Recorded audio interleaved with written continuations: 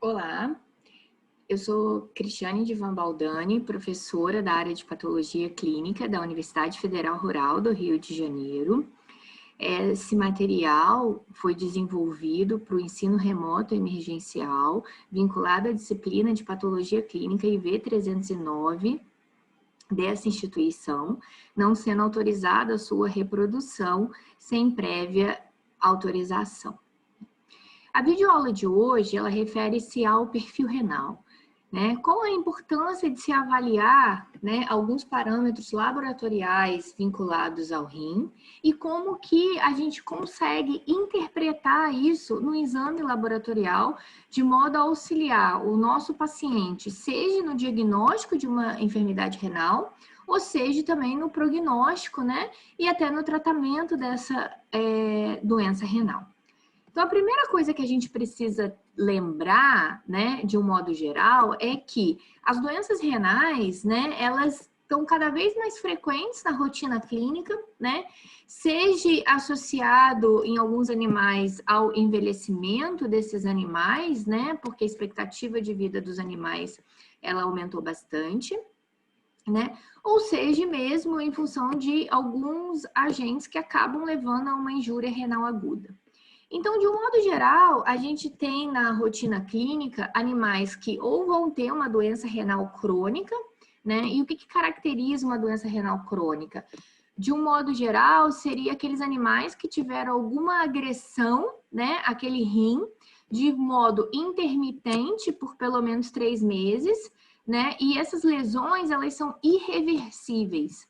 Então, o que a gente almeja nesses pacientes que são doentes renais crônicos, na verdade, é o quê? Melhorar a qualidade de vida desse paciente, né? E dar um prolongamento de sobrevida para esses pacientes, dependendo do estágio que eles chegam, né, na clínica para a gente. Então, muitas vezes eles chegam abatidos, apresentando poliúria, polidipsia, né? Eles são magros, né? E existem algumas situações também que pode estar associado o quê? A injúria renal aguda. Nesse caso, como o próprio nome diz, é algo que lesou esse rim e de uma forma o quê? Aguda, de uma forma abrupta, de uma forma rápida. Pode ser, por exemplo, alguns medicamentos, aminoglicosídeos, por exemplo, né? Alguns outros medicamentos fúngicos ou algum elemento que causa essa nefrotoxicidade, né? A gente também tem que as lesões renais, não esquecer que pode estar associada a agentes infecciosos, seja por deposição de imunocomplexos ou não. Muitas vezes a gente pode ver na rotina essas aftas caracterizadas, sinais de uremia desse paciente, né? E o que a gente tem que conseguir saber é interpretar melhor esses resultados.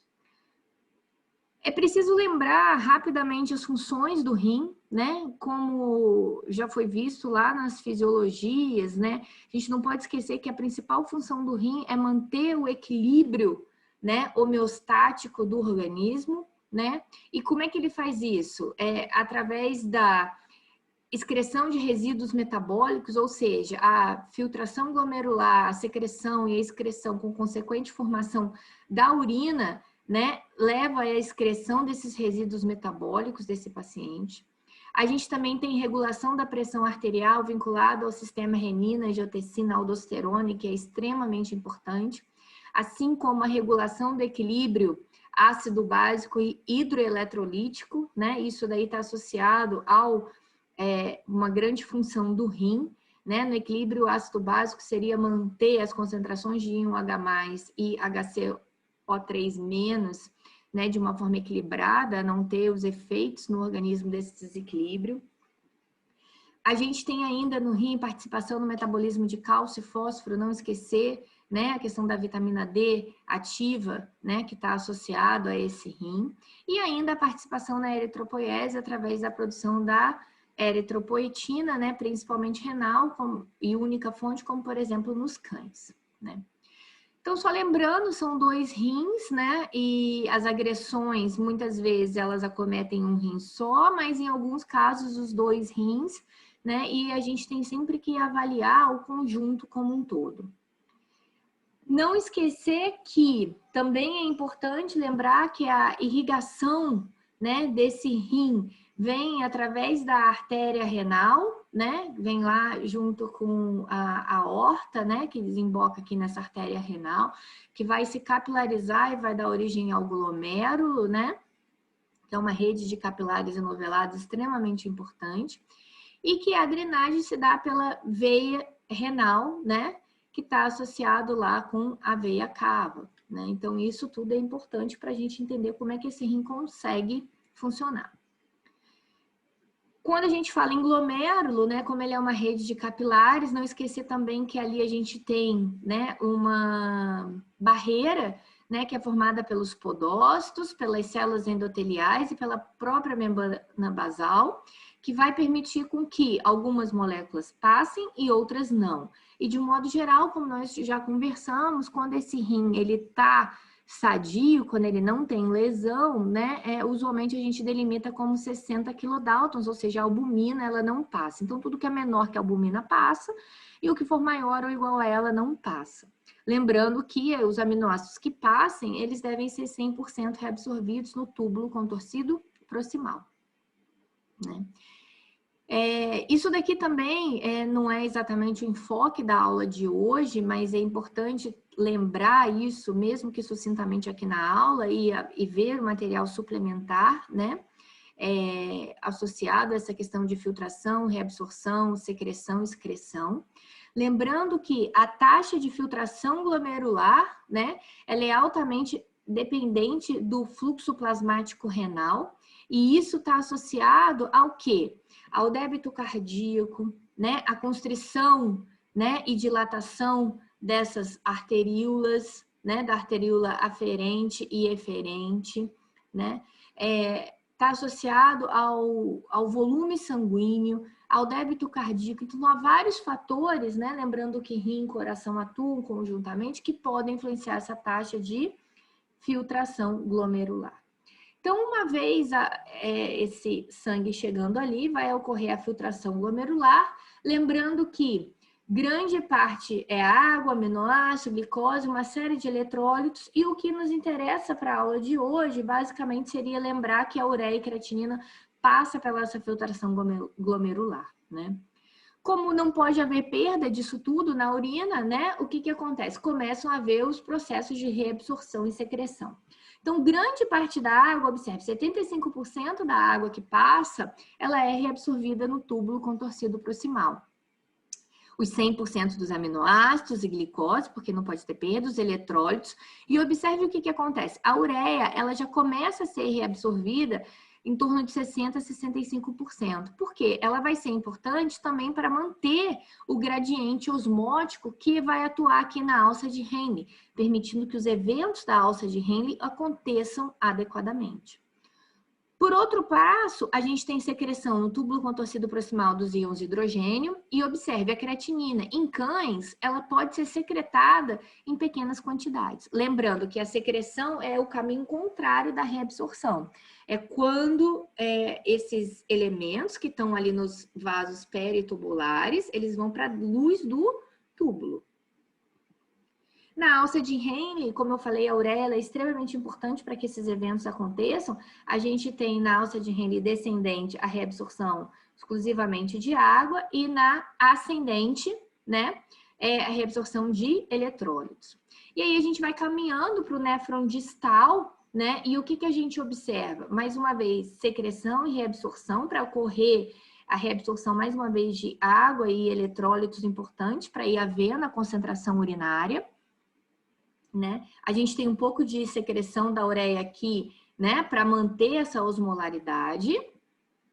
E, por fim, a gente acaba tendo essa grande reabsorção de água aqui no néfron distal, juntamente com a ureia, tá? Lembrando que a água ela vai criar um gradiente para que essa ureia também seja reabsorvida, tá?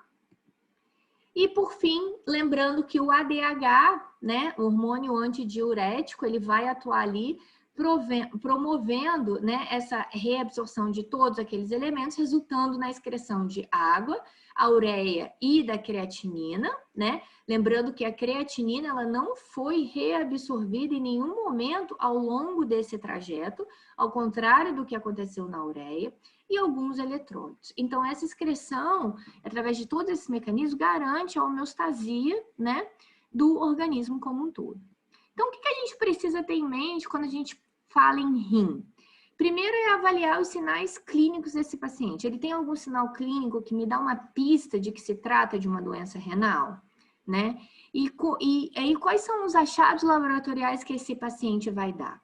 Porque quando se fala em rim, principalmente em doença renal crônica, como eu falei, são lesões irreversíveis, quanto mais cedo o diagnóstico for feito, melhor para aquele paciente, melhor para a qualidade de vida do paciente, né? E aí a gente vai usar os achados laboratoriais e até os sinais clínicos, né, para a gente estadiar essa doença renal conforme preconizado pela Sociedade Internacional de Interesse Renal, também chamada de IRIS, né, que não é objetivo aqui, mas vocês veem em maiores detalhes nas aulas de clínica.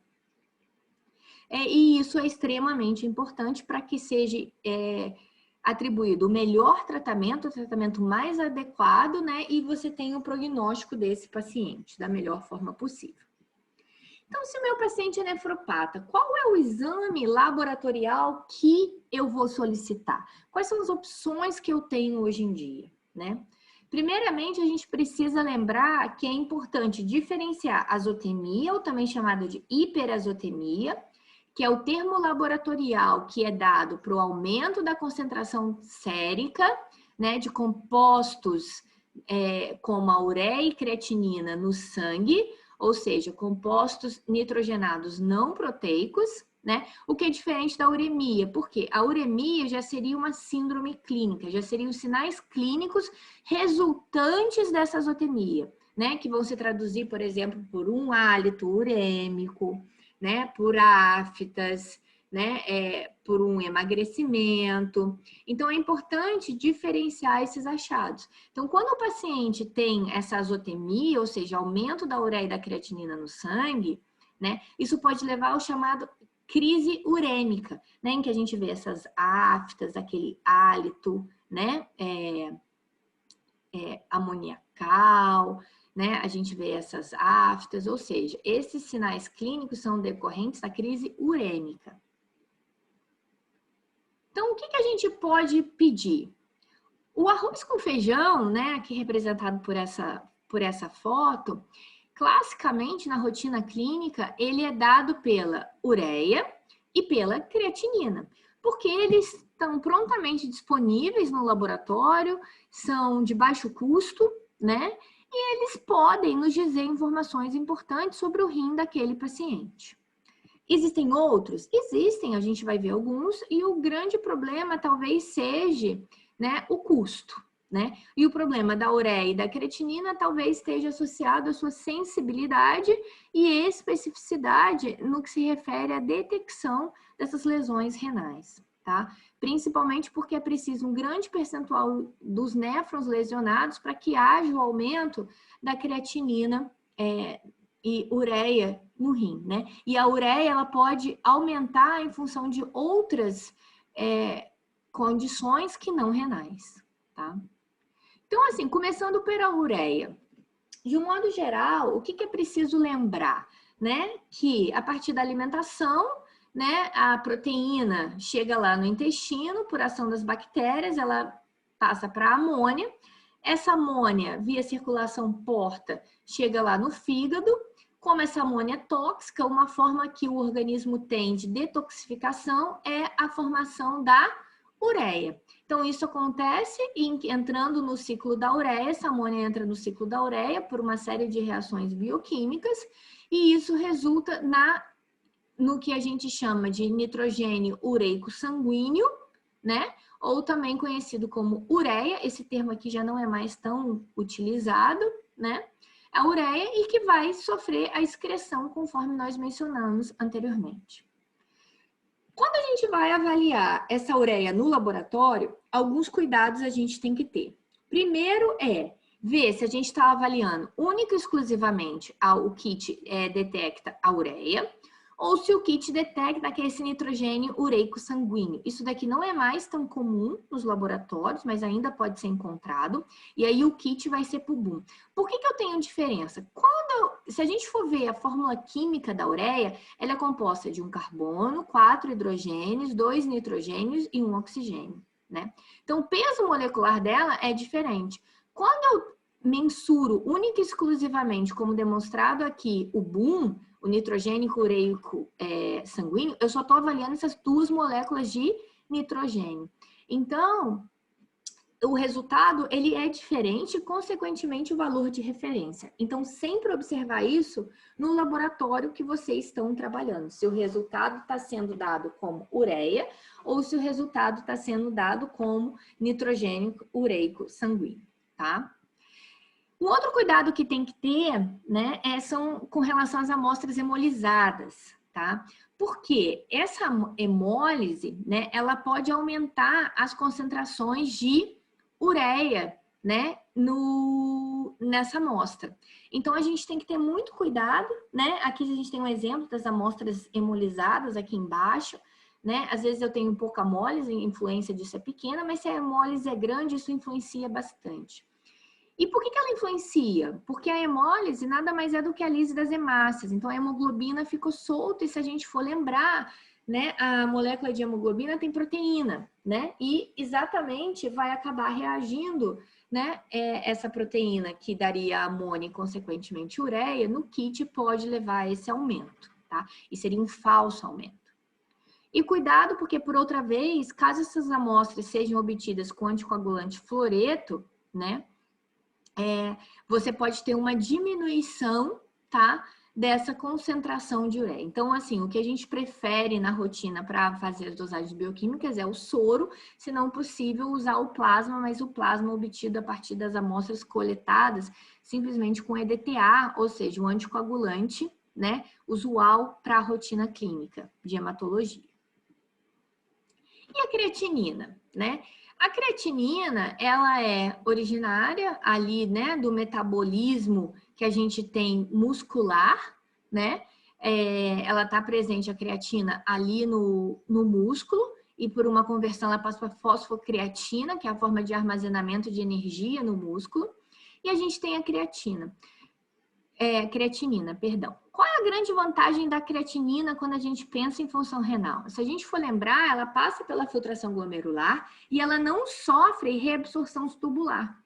Então, ela é um grande indicador, uma grande vantagem em termos de molécula para a gente aferir como é que esse rim está funcionando, né? Só lembrando que em cães pode ter uma pequena secreção tubular.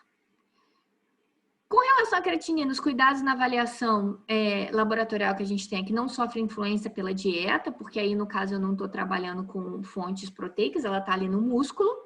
E isso você tem que ter, talvez, um pouco cuidado com lesões musculares, porque a lesão muscular pode levar a um aumento da creatinina, né? Porque você tem a creatina no músculo e a partir para a geração de energia e essa lesão muscular vai ter mais creatinina no sangue, consequentemente mais creatinina sendo excretada. Esse asterisco está ali porque hoje em dia já tem alguns relatos mais recentes que mostram que mesmo quando a lesão muscular ela é intensa, você não tem aumentos tão consideráveis assim na creatinina, então que ela continua sendo um bom indicador renal, né? Só cuidado com cavalos atletas, porque pelo próprio fato deles terem uma grande massa muscular, né? A questão da creatinina, quando a lesão, né, ela pode sim acabar influenciando. E aí uma boa anamnese vai te fazer essa diferenciação. Então, o que a gente precisa entender? A gente precisa entender que toda vez que houver azotemia, ou seja, aumento da concentração de ureia e creatinina no sangue, né, circulante, ela pode estar associada a causas pré-renais, renais ou pós-renais, tá? E a gente precisa entender isso um pouquinho melhor. Aqui eu tenho um esquema apenas ilustrativo com esses valores de 100, tá? O 100 estaria associado ao que é o fisiológico, U seria a ureia e C, creatinina. Então, o que a gente tem? Que chega aqui, para passar pela filtração glomerular, 100% de ureia e 100% da creatinina.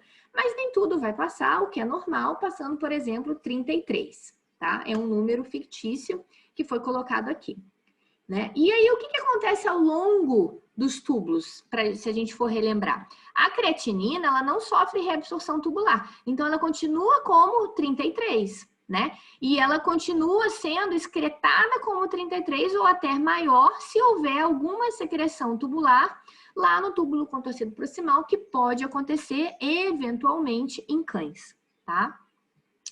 Por outro lado, o que acontece com a ureia? Lembra que a ureia ela sofre reabsorção tubular, mediada principalmente pela água. A água cria um gradiente para a reabsorção da água. Para a reabsorção da ureia. Então, aqui de 33, ela já passou para 11, por exemplo, ali no túbulo contorcido proximal. Então, ela já diminuiu. E conforme vão ocorrendo os eventos no túbulo, lá no final, eu tenho bem pouca ureia sendo excretada. Por quê? Lá no final, o ADH, ele tem um papel muito importante. Ele promove aquela grande reabsorção de água e concentração urinária e junto vai a ureia, tá? Então, isso é importante da gente entender para poder compreender o que efetivamente leva a uma azotemia pré-renal, renal e pós-renal. Aqui alguns valores de referência, tá? Varia de autor para autor, não é preciso ter isso decorado em mente, só para ter uma ideia. E aí, quando a gente se fala em azotemia, a gente começa com a azotemia pré-renal, tá? O que eu tenho que saber, né? Essa azotemia pré-renal, o que acontece? O próprio esquema ilustra aqui. Eu tenho o rim tá ok, pós-renal também, mas eu tenho alguma coisa anterior ao rim que está comprometendo esse funcionamento aqui, né? No que se refere à dosagem de ureia e creatinina no sangue, por isso tem azotemia. O que pode levar a isso? Uma hipovolemia. Por exemplo, uma desidratação muito intensa, um choque hipovolêmico, uma perda, uma hemorragia, uma perda sanguínea muito grande. Por quê?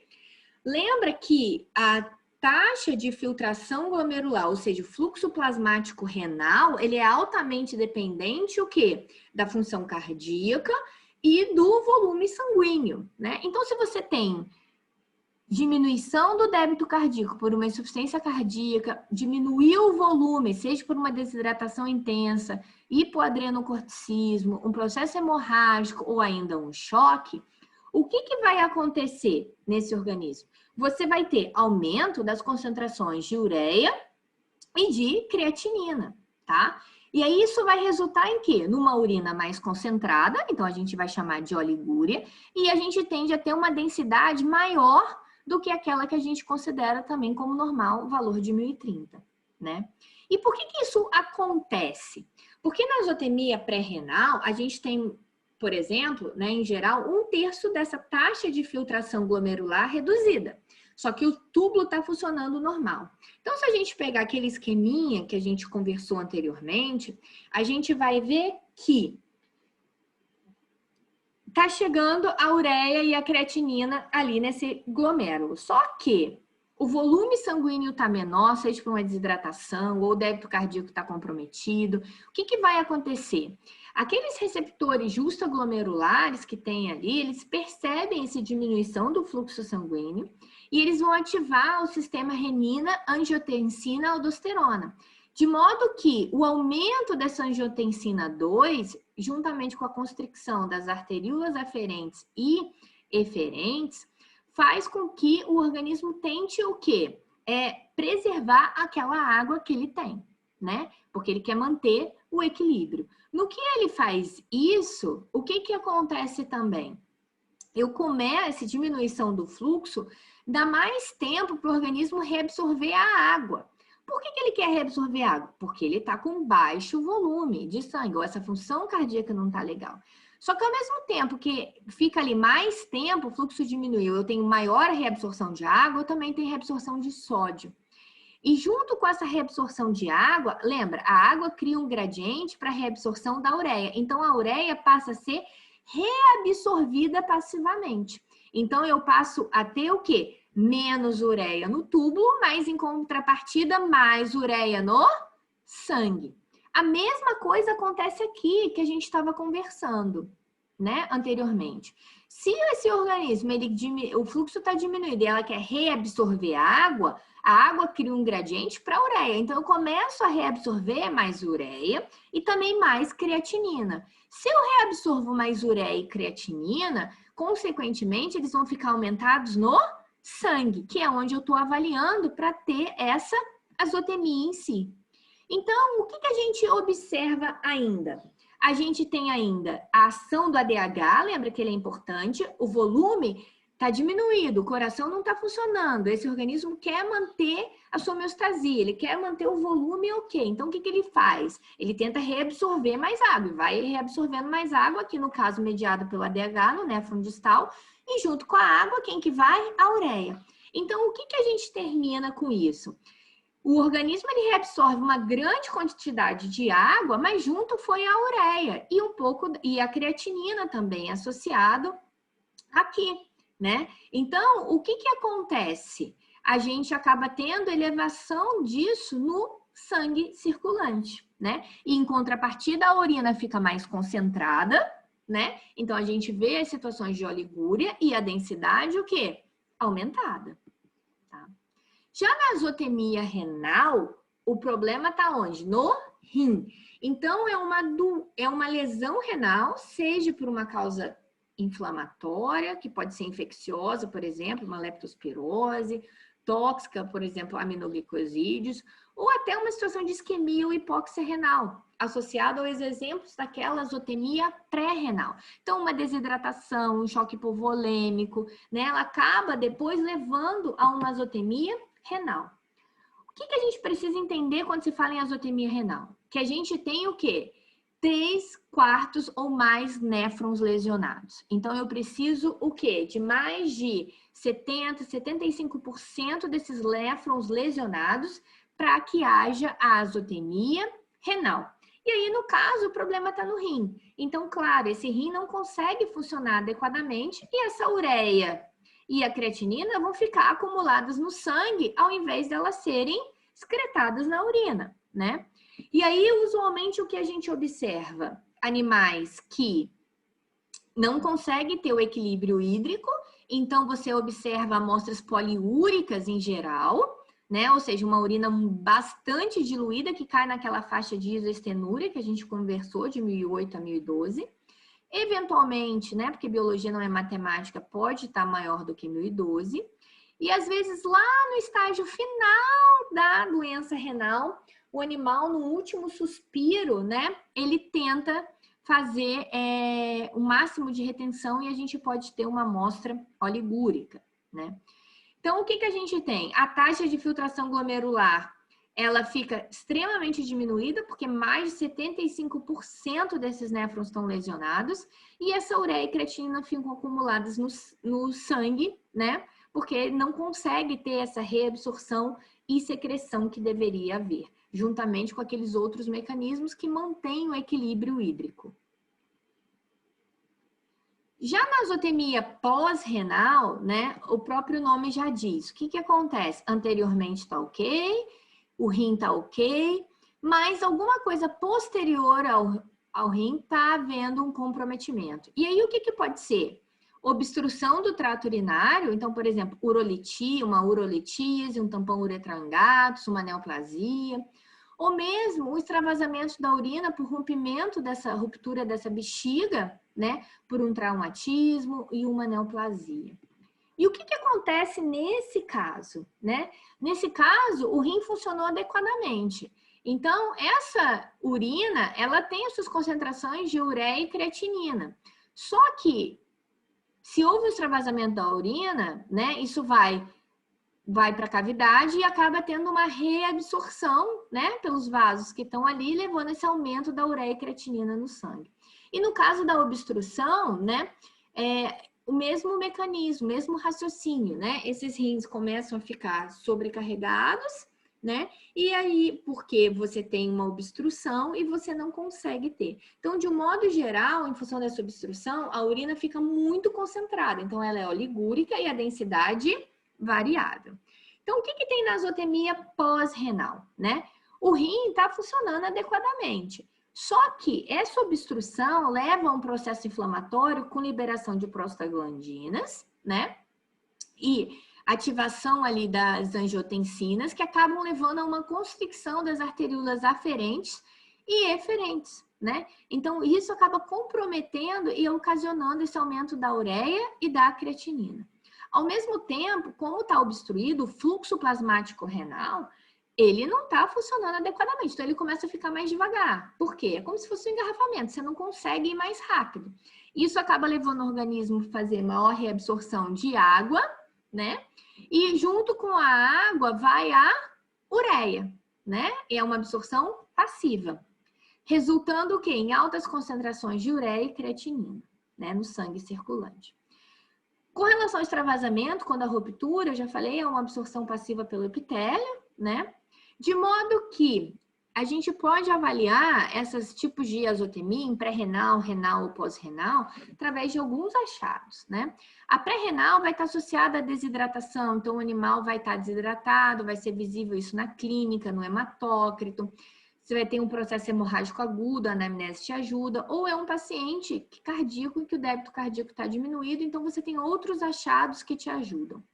De um modo geral, a densidade urinária fica elevada porque esse paciente tem uma oligúria, então o volume urinário está menor porque ele tenta concentrar, né, para manter esse equilíbrio.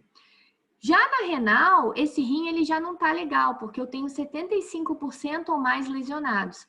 Então, a densidade usualmente cai na faixa de isostenúria e o volume é alto. Então, usualmente a gente tem poliúria. A urinálise vai te dar alguns achados. Por exemplo, você pode ter cilindros, células tubulares, você vai ter outras alterações ali. Você tem também alterações eletrolíticas e a própria anemia pode estar presente por deficiência de eritropoetina, né? Após renal, a densidade é variável de acordo com a obstrução ou rompimento e o volume urinário, usualmente, ele é menor, né? Porque está obstruído, né? Ou está rompido.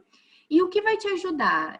Você vai conseguir ver se, né, essa bexiga foi rompida, vai ter urina no abdômen. Quando funciona esse líquido, dá para ver que é urina. Se você fizer a análise dessa urina, vai ser igual a análise da urina desse líquido, né, do animal. Ou a bexiga ainda está aumentada de volume pela obstrução. Tá?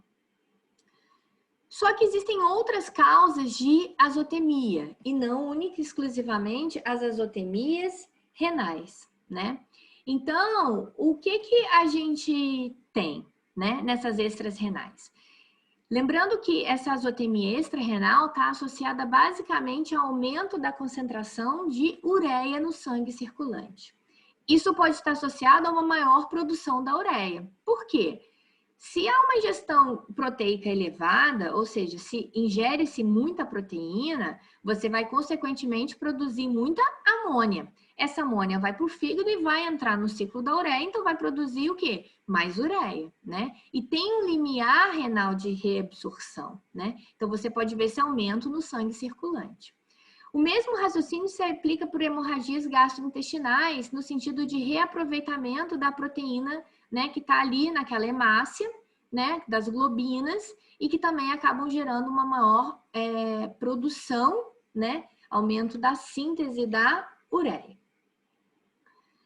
E o catabolismo tecidual, né? O catabolismo tecidual está associado a situações de febre, trauma tecidual, em que você tem uma proteólise intensa do tecido. Essa proteólise lisa hemácia, né? Perdão, lisa proteína e também vai estar associado, né, a esse aumento, resultando no aumento da ureia, tá? Então, aqui só para ter ideia, esses são, não é o foco da aula, mas só para entender a aplicabilidade da aferição, né, das determinações, né, para estadiamento da doença renal nos pacientes, estágio 1, 2, 3 e 4. A creatinina, como ela não sofre nenhuma reabsorção tubular, ela é preferida do que a ureia, porque como a gente viu, existem causas extras renais, né, associados à ureia, que pode levar ao seu aumento sem que isso esteja associado a uma causa renal, efetivamente. Já com a creatinina, a gente não observa isso. Então, com base no valor da creatinina, juntamente com os achados de urina, por exemplo, proteinúria, né, se tem isostenúria, os sinais clínicos, né, e atualmente na última ainda entra pressão arterial e outros achados, a gente classifica esses animais em estágios para dar o tratamento mais adequado e melhorar a qualidade de vida desse paciente, né? Então, se a gente observar aqui esses estágios renais, o que a gente vai ver? A gente vai ver que a gente vê aqui, né, o estágio 1, o rim ainda está com a sua reserva diminuída, mas ainda não chegou ali aos 75%, né? Então, esse paciente consegue manter o seu volume urinário, a concentração de ureia e creatinina desse paciente ainda está ok, mas ele já é um potencial, né, doente renal, que se não for diagnosticado precocemente, ele passa a entrar no estágio 2 e 3. E o que acontece no estágio 2 e 3? Eu tenho aqui, ó, mais de 75% dos néfrons lesionados. Então, esse animal não consegue mais manter o equilíbrio hídrico e eletrolítico, então essa urina começa a ficar diluída e vai tendo essa poliúria, né? E a concentração da ureia e da creatinina no sangue circulante, ela também começa a aumentar. Então, esse paciente entra em azotemia, né? É o que a gente chama isso laboratorialmente. Essa azotemia, ela vai aumentando até chegar no estágio 4, se nada for feito, e aí o paciente pode ter, né, a crise urêmica, apresentar os sinais clínicos decorrentes dessa azotemia, que é o que a gente chama de uremia. E ainda o que pode acontecer? Essa poliúria pode chegar num ponto que esse animal apresenta uma oligúria, quando muito desses néfrons já estão lesionados, na tentativa de manter o máximo que ele consegue dar homeostasia no último suspiro, até que pode chegar a uma situação de anúria, que é a ausência de formação da urina, tá? Então, isso é importante para a gente entender a aplicabilidade da urinálise, né, e desses parâmetros laboratoriais na rotina clínica para a identificação do paciente renal.